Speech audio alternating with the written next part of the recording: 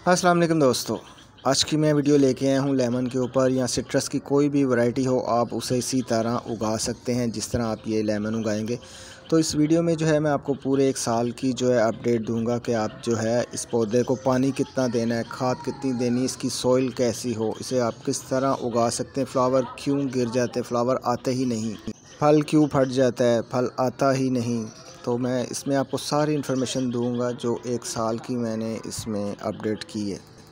इस वैरायटी का नाम यूरिका लेमन है और इसका साइज़ जो है तकरीबन मौसमी के जितना हो जाता है या थोड़ा सा उससे भी बड़ा हो जाता है। मार्च 2023 चल रहा है और इसमें जो है लेमन का साइज़ जो है तकरीबन मटर के दाने जितना हो गया या थोड़ा सा उससे बड़ा हो गया। यही स्टेज होती है जहाँ पर आर पार होना होता है कि यही स्टेज पर जो है लेमन गिर जाते हैं। तो इसमें करना क्या होता है, आपने पानी का बहुत ख्याल रखना है क्योंकि इतनी ज़्यादा गर्मी इस स्टेज पर नहीं होती, तो आपने ओवर वाटरिंग नहीं करनी। पानी जो है आपने तभी देना है जब सॉइल ड्राई हो, बल्कि जब सॉइल ड्राई हो उसके भी 1 से 2 दिन बाद जाके आपने इसे पानी देना है। अगर आप इसे ओवर पानी देते हैं इस स्टेज पर तो ये बहुत जल्दी जो है अपना फल ड्रॉप कर देता है।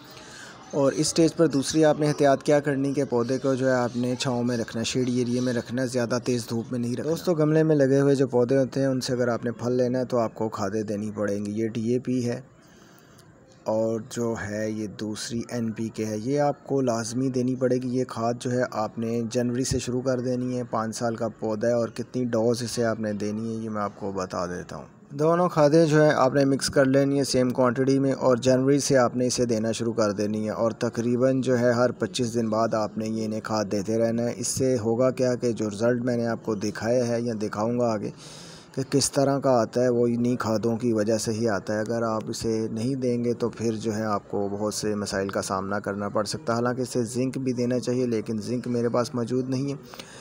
उसका क्या इफ़ेक्ट होता है मैं आगे जाके आपको दिखाता हूँ कि लेमन के फ्लावर गिर जाते हैं ये आते ही नहीं। उसके लिए करना क्या होगा ये मैं आपको तरीका बता रहा हूँ, बड़ा ही ज़बरदस्त है। आपने DAP NPK लेनी है 15 से 20 ग्राम और 5 से 6 दिन इसे आपने पानी में भिगो देना है जब तक ये बिल्कुल पिघल ना जाए। सही है, ये फर्टिलाइज़र जो मैं बता रहा हूँ ये फ्लावरिंग के लिए है, ज़्यादा आए और फ्लावर गिरे ना। ठीक है, जो DAP NPK मैंने आपको बताया कि पानी में मिक्स कर देनी है। ये 1.5 लीटर पानी लेना है और इसमें जो है आपने वही पानी डाल देना है और एक चुटकी जो है हल्दी की आपने उसमें डाल देनी है। और ये स्प्रे जो है आपने अपने सभी पौधों पर दिसंबर में करना है जबकि ख़िज़ां चल रही होती है और सारे पत्ते जो हैं झड़ जाते हैं हर पौधे। दिसंबर में जो आपने सारे पौधे के ऊपर हर शाख के ऊपर कर देना, लेकिन जब इसके ऊपर जो है फल पक जाए तो आपने इस तरह के तने के ऊपर ही स्प्रे करना है। आपने जो सारे पौधे के ऊपर नहीं करना, फल के ऊपर ये स्प्रे नहीं करना जिस तरह ये मैं बता रहा हूँ, क्योंकि अब जो है इस पर फल लग चुका है।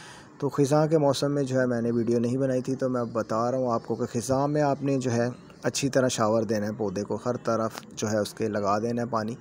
लेकिन जब ये फल लगा हो तब जाके आपने इसके सिर्फ तने पे ही देना है, फल पे स्प्रे नहीं। पौधों के लिए आपकी मिट्टी कैसी होनी चाहिए, उसमें कुछ ऐड करना है कि नहीं करना उसके बारे में मैं बता रहा हूँ। ये मिट्टी जो है मैं आपको सही तरह दिखाता हूँ। ये सिर्फ जो है बल मिट्टी है, इसमें किसी भी किस्म की कोई चीज़ फर्टिलाइज़र गोबर मैंने ऐड नहीं किया हुआ, बिल्कुल जो है रेत टाइप सॉइल है।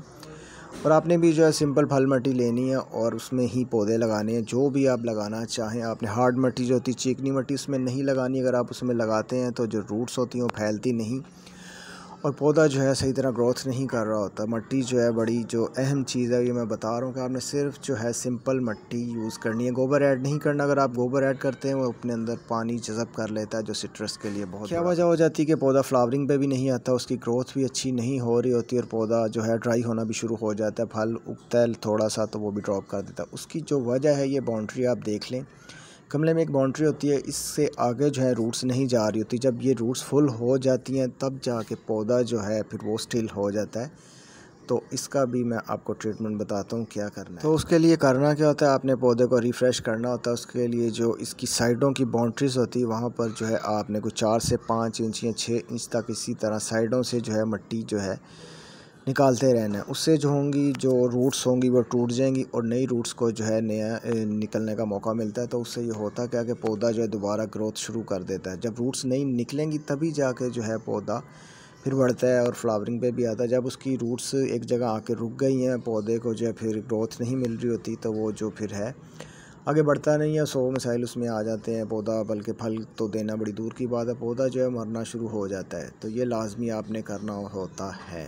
गार्डनिंग में एक मसला ख़त्म करें तो दूसरा शुरू हो जाता है। ये कोई नई बात नहीं है। जब मैंने रूट्स काट के आपको दिखाई तो मुझे इसमें काफ़ी ज़्यादा जो चूंटियाँ नज़र आई हैं। चूंटियाँ आपने इजी नहीं लेनी है, आपका पूरा पौधा जो है डेड कर देती। चाहे आप कूपेक्स पाउडर डालें, हल्दी डालें, पानी की बाउंड्री बना दें, ये जाती नहीं है। तो इसके लिए क्या करना होगा कि चूंटियों से आपके पौधे की और आपकी जान छूटे, वो भी मैं बता देता हूँ। ये लैम्डा स्प्रे से मैंने पानी तैयार किया हुआ है। लैम्डा बोतल का जो एक ढक्कन जो है आपने 1.5 लीटर बोतल में डाल के रखना है और इसे आपने करना क्या है, आपने इसे सॉइल के ऊपर जो है स्प्रे करना है।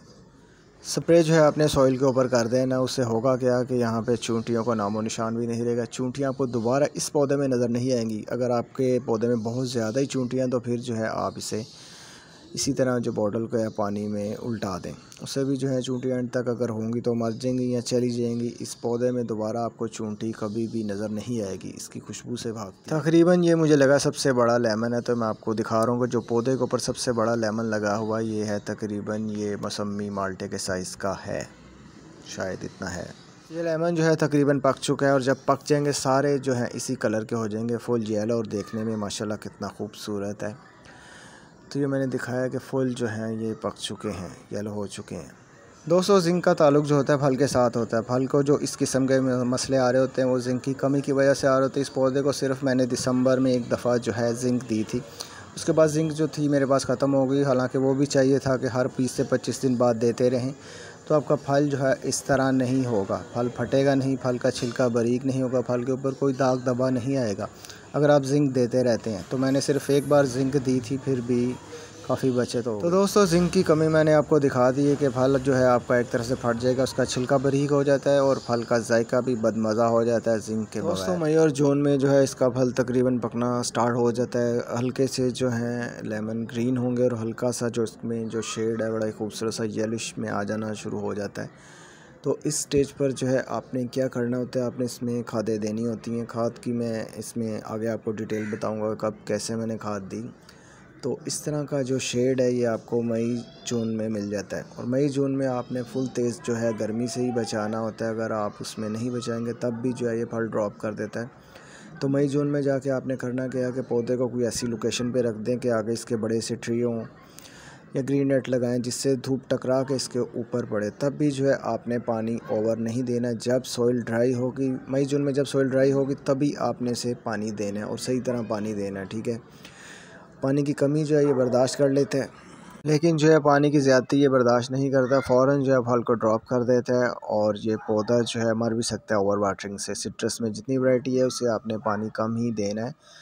ज़्यादा पानी से मेरे बहुत से पौधे मरे हैं, तो मैं इसलिए आपको बता रहा हूँ कि पानी जो है बड़ा आपने इसे सोच समझ के देना है। यूरिका लेमन का जो जायका है वो तकरीबन एक समझने के जो मिठा और लेमन इसका क्रॉस से ये बना हुआ है, लाइम और लेमन, ठीक है। उसके क्रॉस से ये पौधा तैयार हुआ है और ये समझ लें कि इसमें फुल तेज़ जो खटास नहीं है, लेकिन जो है लेमन के तौर पे इसे इस्तेमाल किया जा सकता है। लेकिन जो चाइना लेमन हो गया, देसी लेमन हो गया या कीफर लेमन हो गया, उसके मुकाबले में ये नहीं है। लेकिन जो है हम इसे गर्मियों में एक तो ये तैयार मिल जाता है और हमें क्या चाहिए इसमें। दोस्तों, इस पौधे पे जो ख़ास कोई बीमारी नहीं आती, बस तेज़ धूप में जो है इसके पत्ते जल जाते हैं और थोड़ी सी फफूंदी लग जाती है। वो भी जो लग जाए तो पत्ते रिमूव कर दें और इसमें कोई ख़ास मसला नहीं आ रहा होता। अगर आपको ये मेरी वीडियो अच्छी लगी या मेरी इन्फॉर्मेशन अच्छी लगी तो मेरे चैनल को सब्सक्राइब करें, लाइक करें और मेरी वीडियो को शेयर करें।